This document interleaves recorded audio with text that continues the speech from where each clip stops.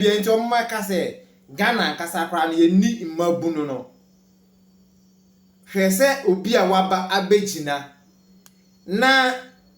o ka wakoma so asem a kire aban se dabi wei na ekoso woye manmu a yente ho ase as a young guy to say ono no ogina ho na okuta krata na ohwe mu ekan Ladies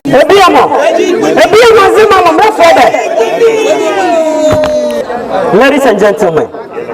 esteemed leaders, Nanano, Obahimamo,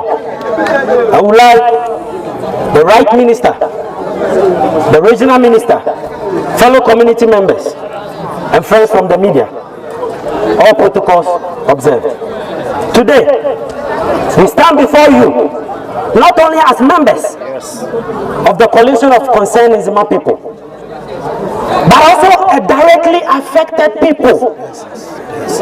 and affected persons whose community is facing the risk of losing not only the livelihood of our people, but also properties.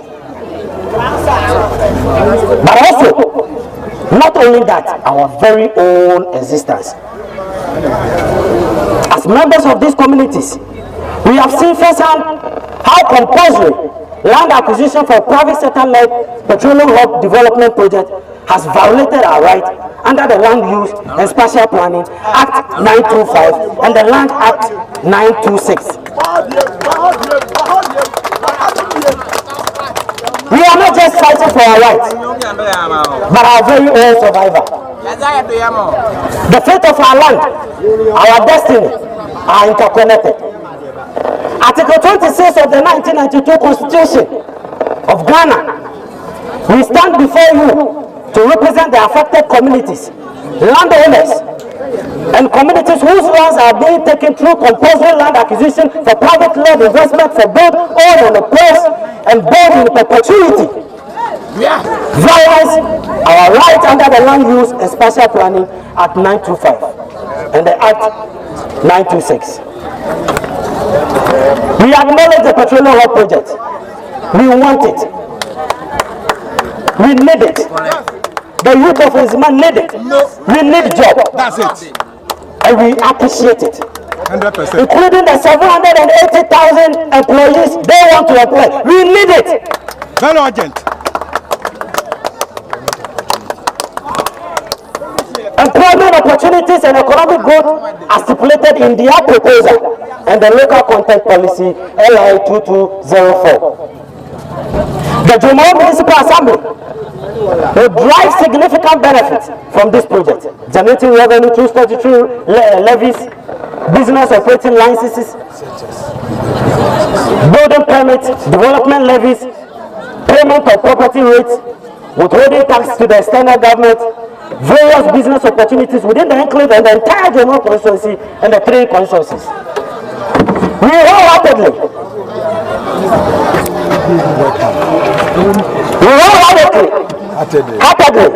welcome these benefits and opportunities, recognizing the project potential to drive growth, development, and improve services in our community. However, we insist that our rights and interests must be respected and protected. Under Article 20 of the 1992 Constitution and the Land Act, as such, we demand fair compensation as required by law and mutually benefit agreement. Adequate and fair compensation for cash crops and other farm products, Article 20 of the 1992 Constitution. A mutual agreed employment quota for our communities so that people like Teba can get a job to do. 50% for the affected communities and 20% for the entire municipality and Nzema as a whole. Local content policy LI 2204. Generational compensation.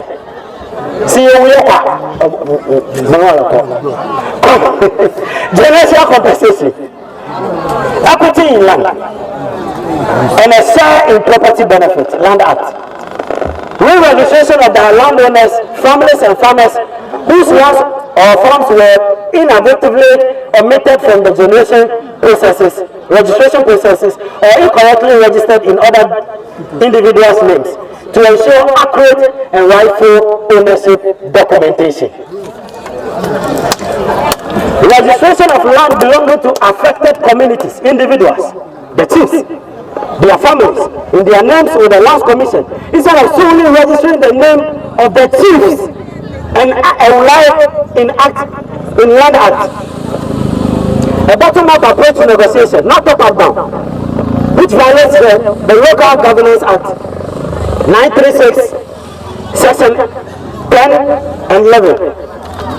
The 20,000 acres demarcated enclave designated for development proposes a significant threat to our livelihood and assists our capacity in terms of land size. The proposed live wall in the spatial plan will restrict access to our farms and essential activities. We urgently request a reduction in the demarcated land to prevent us from being declared a free zone. Thank you. We would not limit our access to our farms and livelihood, deprive our chiefs, farmers and landowners of their rights to manage land for future private investment. We seek a reduction to safeguard our livelihood, our land rights, and the authority of our future leaders. We caution our current traditional leaders and political leaders against relinquishing our land without our proper negotiation, fair settlement, mutual agreement. Instead, our family rights, individual landowners and chiefs are willing to offer the entire land in phases progressively to ensure mutual benefit agreement. Good road infrastructure, communication networks, health and education facilities, Local Governance Act 936, establishment of Science and Technology University, establishment of Science and Technology University here in Kabusuazo.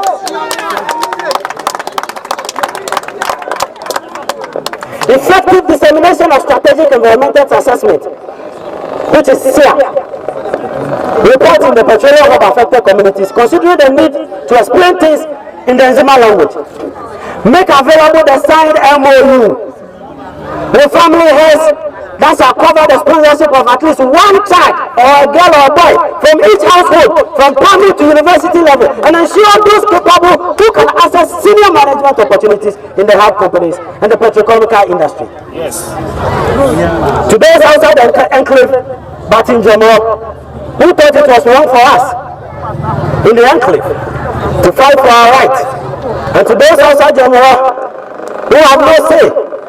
in fighting for our rights, we also lack the locus to comment.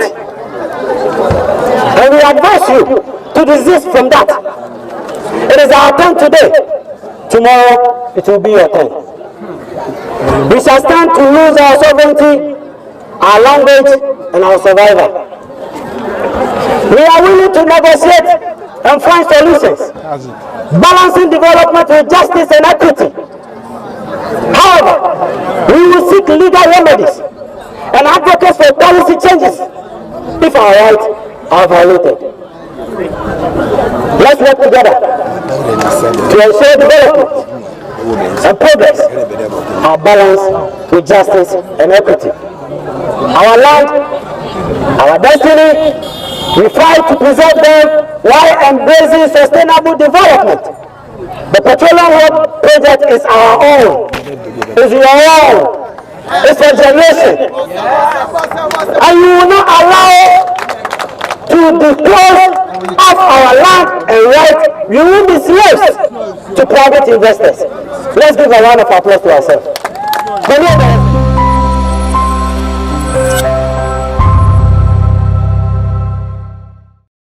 Alright, I'm Shama Mama Kaba Woody as sympathy. I am also for dear sympathy. Treaty up will be a quiny me and your way. Mijidi say, oh, eh. Abusha Gana Hong Kong money, Nene, Minanums of my four, and I made any money at the Acherom. In fact, a more near my view or no ma to me, Muse Ayense Muno. Ayense Muno, and yet this time, mono, ena mmabunu magina on ade baako a aye da bia nti omma ka se Ghana nkasa kra no yenni mmabunu no hwese obi a waba abegina na o ka wakoma so asem akire aban se dabi wei ena ekoso woye mamu a yente ho ase asenyon guy te se ono no ogina ho na okuta krata ena ohwe mu ekan concert party na just asem na wo kana nkasa kra no enda wakoma so ebia fem bi anase bibi na wo ye de wo de ba bepe wani abre kan de ekoso wo Nzema asase so oyala ngasa abepie wonum a mabunu a wo honum na dwuma no omunim bi ya sesa nkofo free baabi ena de omo begu onum a omo ye adwuma no na se wo kan ho asem a ukuta krata ena wo kan wo and jokers omo so mu gu ase ena omo bodge so na bohobiem ka ade ne free wa dream e free akuma na kasa me who say yes when nibre asam na wo kan and this is not the time a fe na ye be kan a whole sheet e da kira aban no wo na na do wo ho no mi nya wo kan onya ho adaje kura emehwe ye drew election year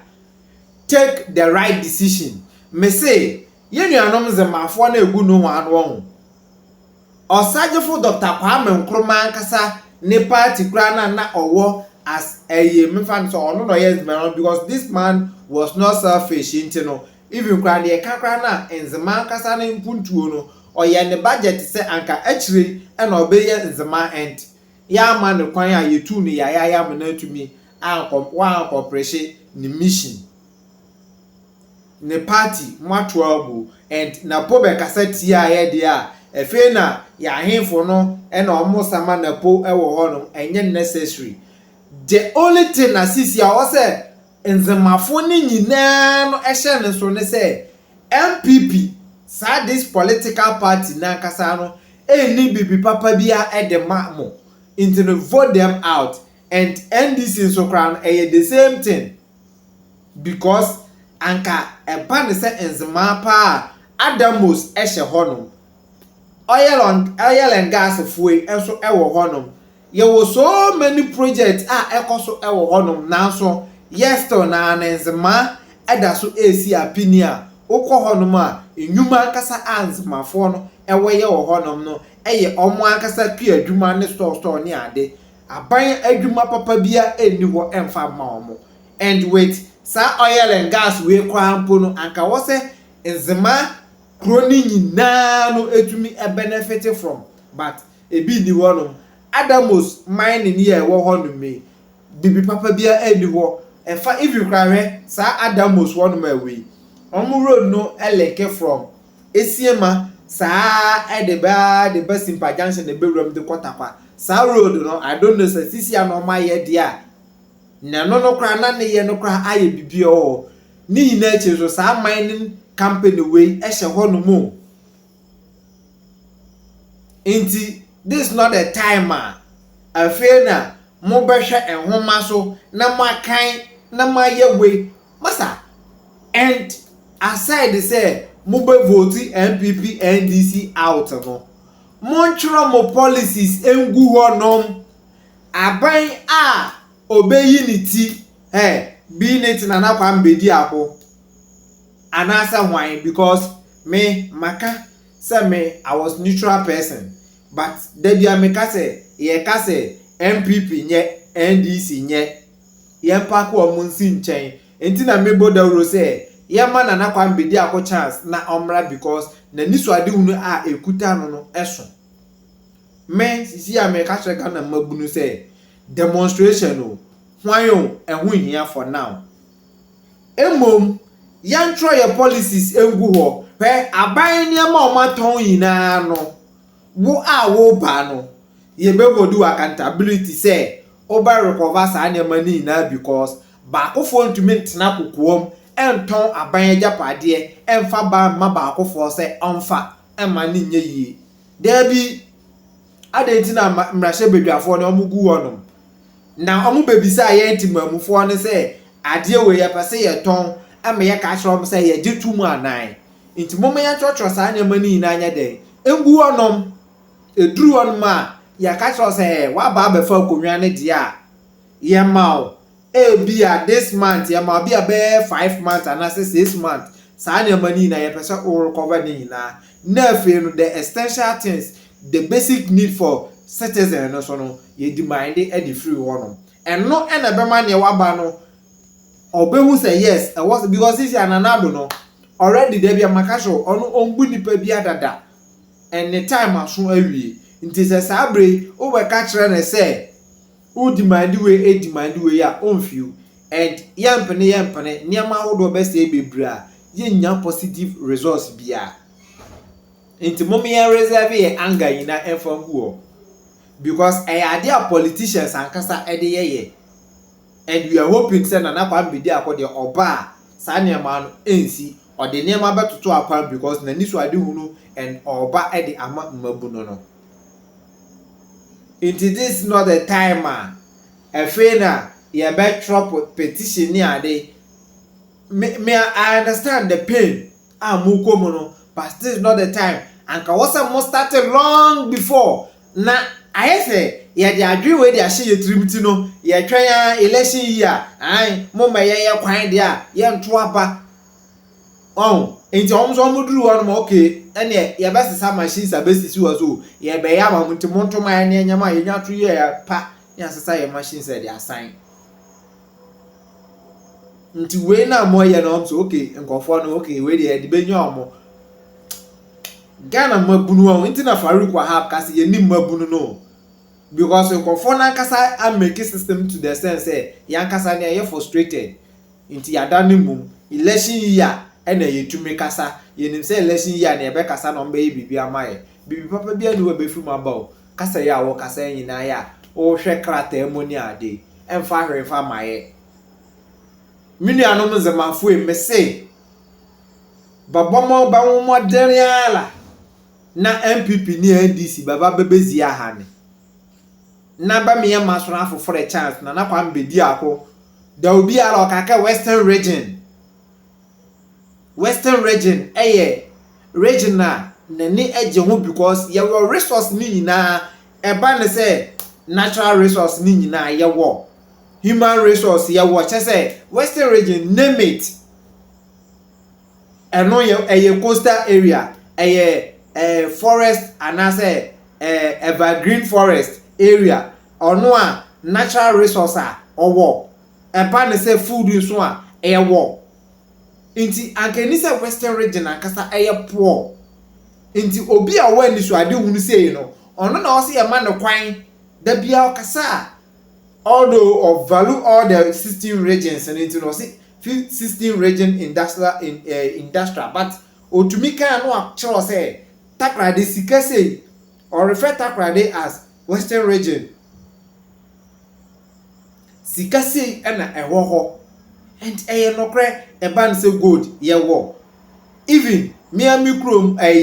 ofa apetem honum side a wo kwa bauxite ewo honum nokra de obi anda enso ho da fisa waso kwa na bauxite bo and awaso de ekra make ni na no won sisi a o ma chiche mu na ebeka se bi ate na ho in this time yento abanfa na Kwame Bediako this is not the time I feel now be book I can't way anyway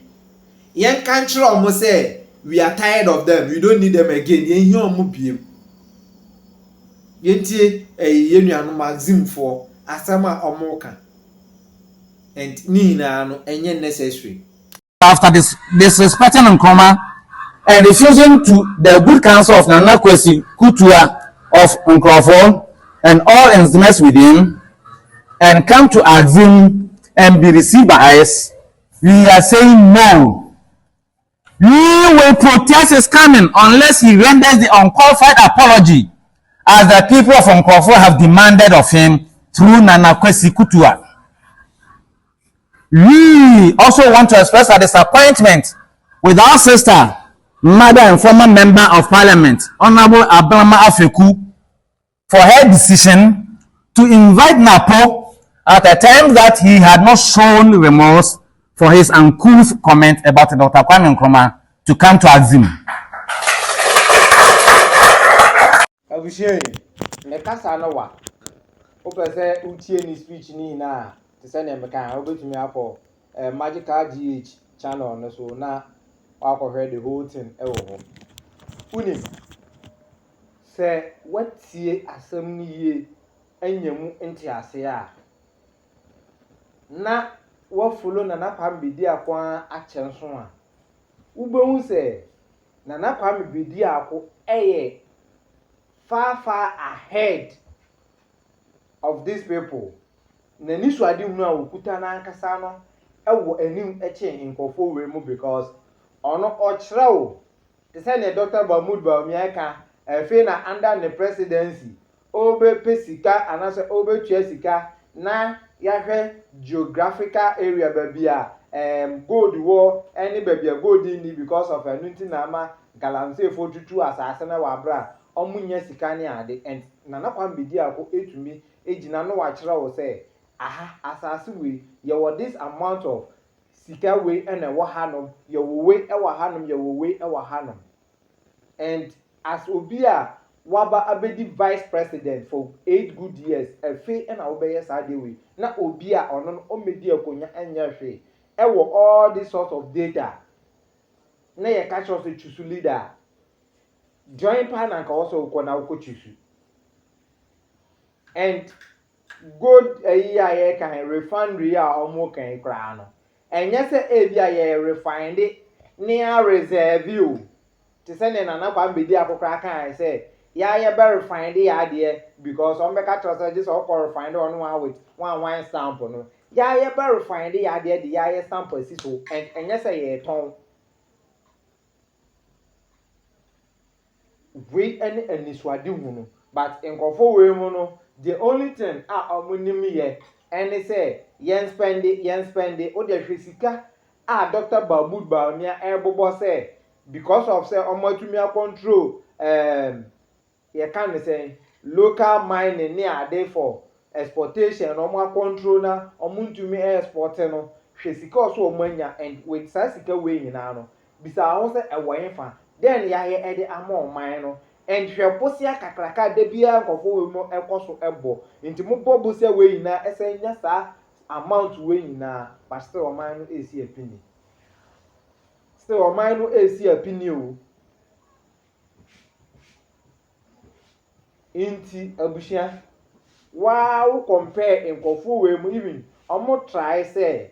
na Kwame Bediako anisu adi mu na wo de agu no ombe peke bi but omo ya otumo say they can't even go deep and explain say na Kwame Bediako eyem nyememe ka tra oyi na ne say emma nkofo we mu emfa nyema bi entum futuro engu eni so and the question is mu betumi aya aden na mo twen during election year and mo ba be yes anyama no and after election na ne bosha maka ne ade nyina no mo agya agu onu say sangaran te say ne nanado e de alien port e de be daada otumfuo yi ebetu na ase free one ma de ne ba ha no me ya omugusu gidigidi so ombe ye ho adwuma bewe alien port na aye bibia e wo ho no me ya hwe emre tenten a omka so ombe sa alien port ene da so da ho no nti omo de ne sa na se nya to aba wie kekim na so omo andi a na che se aka omo di so kra na ombe je ato wa na omo atwe ebedru election year na nti the same thing na ye ka akwan omo ani tu asa kwan na say yo omo mfia ye beto aba na afi na omo hu say ye fa machines ye nye we nti na me say no wonder say mahama say Ghana for ankasa e was short memory nti e basa na that time ni nyina no ye refi ni nyina nti agba ato agu afi ene ye hu so nkofo omo gbo adwuma da brain and on my Ghana ye best say adwen yen kire nkofo we mu ne say it's time ye ni ate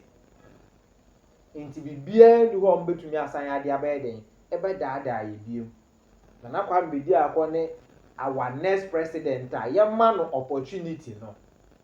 na onsesa oman no enye saa e kombede ache ye ma beba bebre na omono kakra bi e wo ho no because which way mu ina no foreign influence o hwe o de wo hwe video na nkasa na ubo say ni speech o ma na ade nkokọ fo tete honum ne ade ahemfo ya ni aji ye benya apone kakra e de ato omobotom omawie timamufo no omunya mfaso bia emfamfrem kwadamos na kwahwe miam krom Nzema kwadamos na kwahwe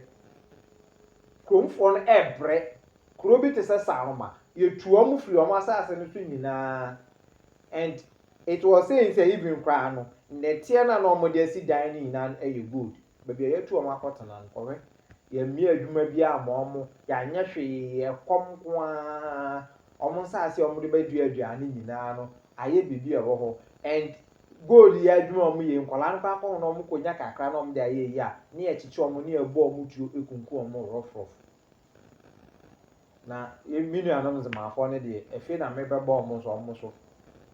because it's time I was say ye hina ye rise up to adar ma o ye Nzema ni na wa ha no ma ye start video bi ya free anom ko no ye be ko omo so ne ye tu omo so omo fo so omo mo mani na ho no ma hu so omo asha ase church petition ne